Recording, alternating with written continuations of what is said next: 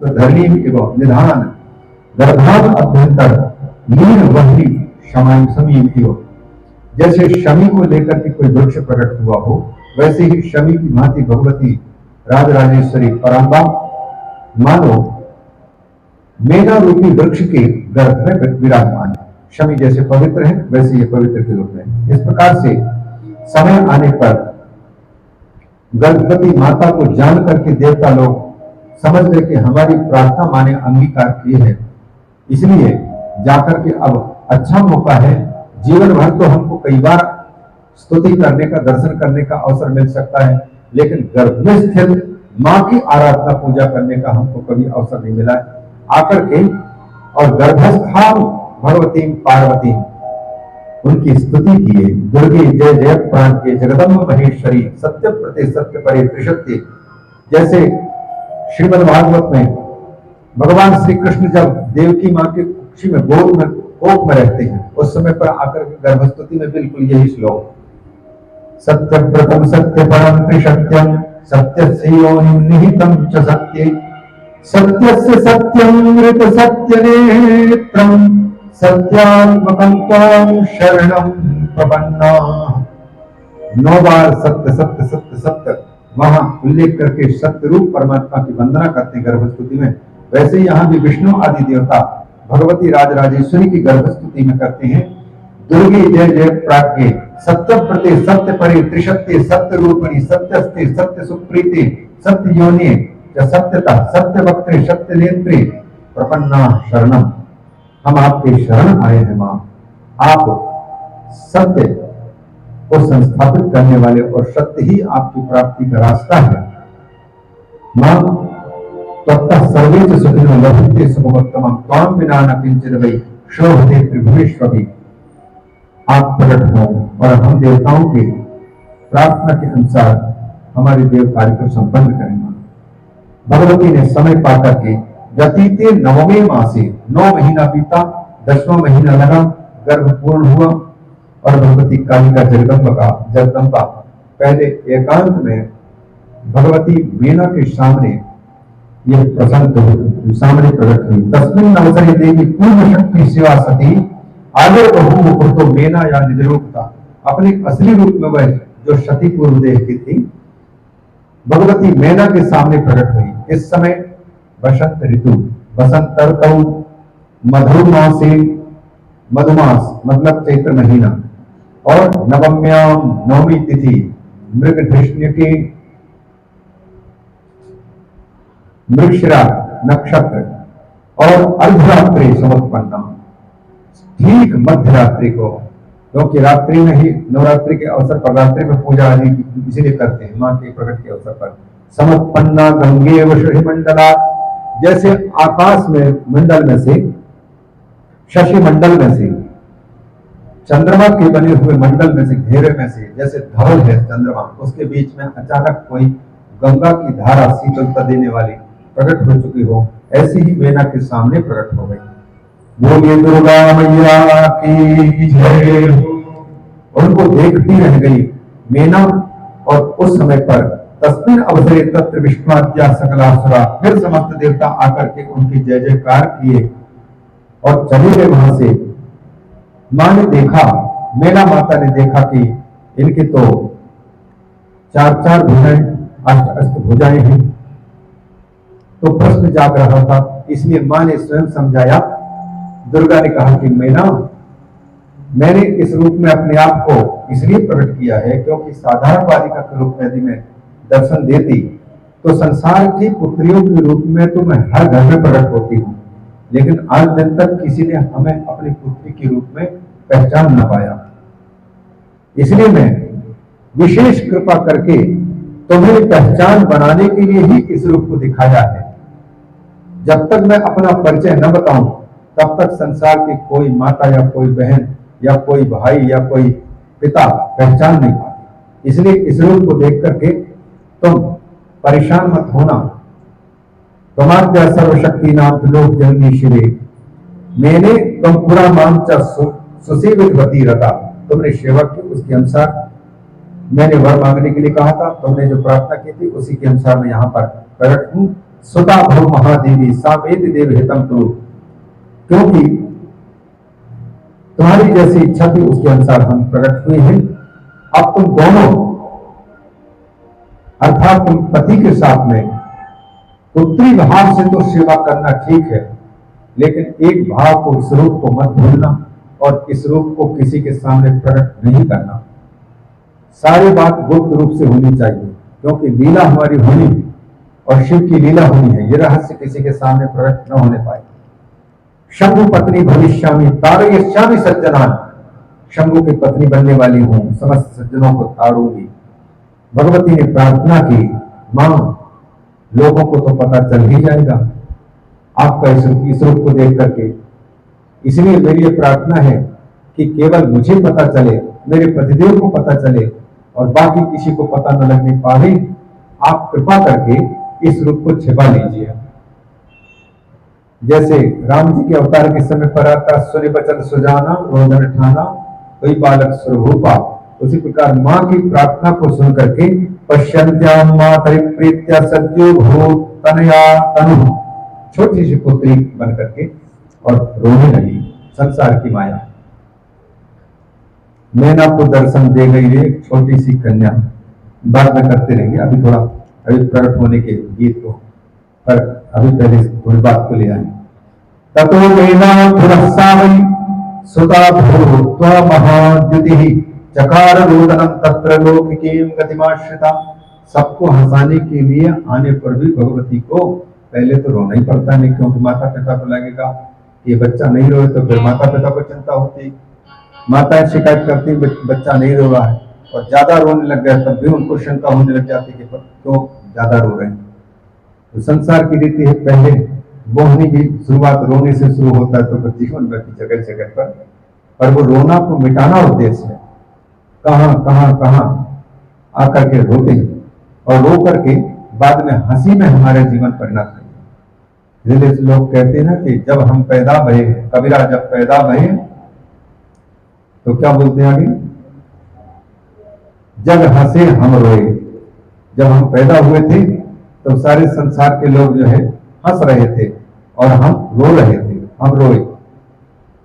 कबीरदास जी कहते हैं अब करनी ऐसा करो, हम हंसे जब रोए। हम ऐसा अच्छा कर्म कर लें ताकि हमारे जाने के बाद में लोग पश्चाताप करते रहे, स्मरण करें कि बहुत अच्छा इंसान था। एक दुष्ट व्यक्ति बड़ा दूसरों को परेशान करता था। बोले भैया तुम आदमी हो कि इंसान हो कि हैवान हो कि क्या चीज हो, परेशान है। तो उसने भी यही कहा। महाराज जी कबीरदास जी कहते हैं कि कबीरा जब पैदा हुए तो हम जब हंसे हम रोए। करने कुछ ऐसा करो कि हम हंसे जग रोए। तो कबीरदास जी का कहना है कि हम हंसे जग रोए, इसलिए हम जब को रुलाने के लिए वहां अपने आपकी हंसी के लिए ऐसा कर रहे हैं। इस प्रकार से कहते तो भाई छोटे से बच्ची का रूप धारण करके प्रकट करके रोने लग गई। अरिष्ट सय्याम परितः शरदवर निशीथ दीपा। अब देखिए एक बात है, दो बात भगवान श्री कृष्ण के जन्म के समय की और भगवान कृष्ण की ही लीला। ये लीला कृष्ण के रूप में अवतार लिए है। कालिका पुराण के अनुसार कृष्ण बनकर के साक्षात काली ही प्रकट है, इसलिए काली के बीज और कृष्ण के बीज मिलते जुलते हैं। क्लीम क्रीम ये दोनों मिलते हैं। तो भगवान श्री कृष्ण के जन्म के अवसर पर भागवत में उल्लेख है कि पहली बात तो कारागार में थे माता पिता। तो कारागार में जब पहले चतुर्भुज रूप से प्रकट होते हैं तो चारों ओर प्रकाश ही प्रकाश, अंधकार सारा का सारा मिट गया। ये भगवान के प्रकट होने पर अपने आप उजाला हो गया, अंधकार में उजाला हो गया। माने हमारे जीवन में उजाला फैलाने वाला प्रकट होता है। उसी प्रकार से यहां भी भगवती के प्रकट होने के समय कहते हैं निशीथ दीपा विहतत विषा। रात्रि के समय पर जो दीपक जला करके रखे हुए थे वो दीपक भगवती के प्रकाश के सामने, बिल्कुल सूरज के सामने जैसे टिमटिमाते हुए जुगनू हो, वैसे ही मंद तेज पड़ गए। अलग से बर्थडे मनाने के लिए दीपक बुझाने की आवश्यकता नहीं पड़ी, बुझाना नहीं, बल्कि हमारा तेज ही इतना है कि दीपकों का तेज मंद पड़ गया और बुझाने का उल्लेख यहाँ नहीं करते हैं। हतत विषा, निशीथ दीपा विहितत्व भगवान श्री कृष्ण के भी किसी प्रकार से वर्णन आता है। तो ये रीति हम लोग इसलिए बताना चाहते हैं इन प्रसंगों पर कि अंधकार प्रिय उल्लू हुआ करते हैं और प्रकाश प्रिय ज्ञानियों को, मनुष्यों को प्रकाश। ये आप लोगों को अंधेरे में रहना पसंद आता है नींद के समय की बात को छोड़ करके, नींद के समय, लेकिन बाकी समय पर सबको प्रकाश चाहिए। और हम हमारे प्रकाश उसके उपासक हैं, ज्ञान के उपासक हैं। इसलिए जितने संत हैं वो सबके सब दीपक बुझाने को अशुभ मानते हैं। जन्म के समय पर पुत्र का प्रकाश भगवान श्री कृष्ण के और भगवती ये काली के प्रकाश ही इतना है कि चाहे कितने भी टिमटिमाते उसमें बल्ब जलते रहें पर उनका प्रकाश मंद पड़ जाएगा। वैसे जहां पर जन्म होता है वहां पर प्रकाश तो ज्यादा नहीं रखा जाता है, क्योंकि बच्चे के इधर अचानक ज्यादा चमक पड़े तो आंख पर ज्योति पर असर पड़ सकता है। उसी प्रकार से तेज आवाज भी वहां नहीं कर सकते। पवित्र जैसे मंदिर में शांति वातावरण, बुद्ध मंदिरों में विशेषता या जैन मंदिरों में बिल्कुल शांत वातावरण बना रहता है। हिंदुओं के मंदिरों में तो मन चाहे मोबाइल भी चालू रहता है, लड़ना झगड़ना भी चालू हो जाता है, दूसरों की निंदा भी चालू शुरू हो जाती है। 32 अपराधों में से ये अपराध होते हैं बिना करके मंदिर में बैठ करके अगर हम भगवान के सामने ही उनकी कोई इज्जत न रखते हो। जैसे हमारे बड़े मान्य व्यक्ति हमारे सामने बैठे हों और हम उनके सामने ही हम फोन में बातचीत कर रहे हो, इधर उधर की चर्चा कर रहे हो, तो उनका अपमान होता है महापुरुष का।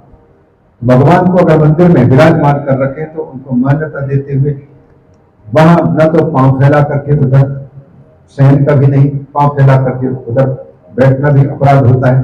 जोर जोर से बातें करना भी, लड़ाई झगड़ा भी, यह अपराध 32 अपराधों के अंतर्गत ये बातें होती हैं। बिल्कुल ऐसे ही शांत वातावरण बालक के या पुत्र या पुत्री के प्रकट होने के समय शांत वातावरण हो बन सके, तो उस समय पर जैसा कि भगवान श्री कृष्ण के प्रकट होने के अवसर पर सबसे पहले स्वस्ति वाचन वेद के मंत्रों का गुंजन सुनाया गया, वैसे ही सनातन धर्मावलंबियों को संसार के अन्य ध्वनियां हमारे कान के माध्यम से अंदर जावे, उसके पहले पूज्य महाराज जी जो वेदों के प्रति परम आग्रह रखते थे, वेद की ध्वनियां शिशु के कान में पहले पड़नी चाहिए। इसलिए उस समय का वातावरण भले बहुत तीव्र आवाज में न हो पर मंद ध्वनियों में, मृदु ध्वनियों में वेद मंत्र का गुंजन होना चाहिए शांत वातावरण में। तो ये सब चरित्रों में आ रहे। श्रुत्वा तदरोदन ब्रह्मण्यम गृहस्था सर्वयोषिता जहिषु संभ्रमात् तत्रागता प्रीति पुरस्सरा। उस जगह में फिर पार्वती के जन्म से सारा देव कार्य होने लग गया। भगवती के प्रकट होने पर लौकिक कन्याओं की या लौकिक पुत्रों के प्रकट होने पर अशौच आदि लग सकता है, पर ये तो दिव्य भगवती हुई, सारे संसार को पवित्र करने वाली। इसलिए अशौच आदि की कोई चर्चा यहां पर नहीं कर रहे हैं। यद्यपि मनुष्य के रूप में मनुष्य लीला करने के लिए प्रकट होते हैं, तो ऐसे करने पर भी कोई दोष नहीं हो सकता था, पर वेद व्यास जी चाहते हो कि इनकी आवश्यकता हमको नहीं लगता है।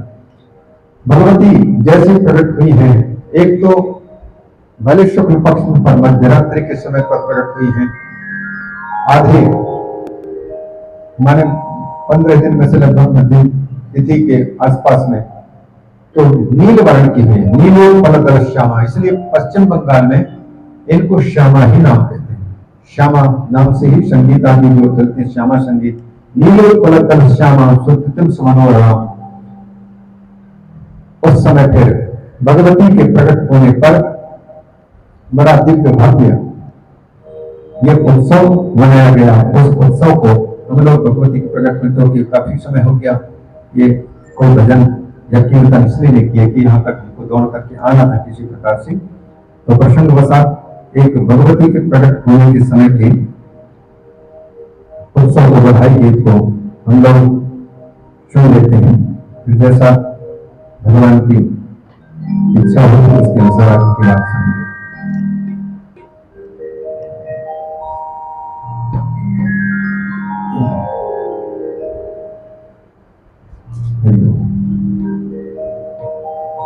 आप लोगों को नींद नहीं आ रही, नींद आ रही तो नींद में भी ला सकते हैं।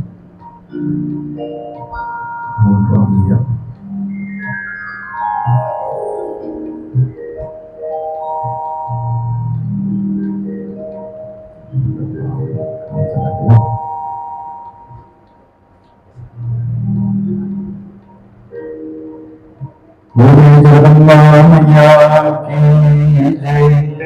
भगवती पार्वती माता की जय।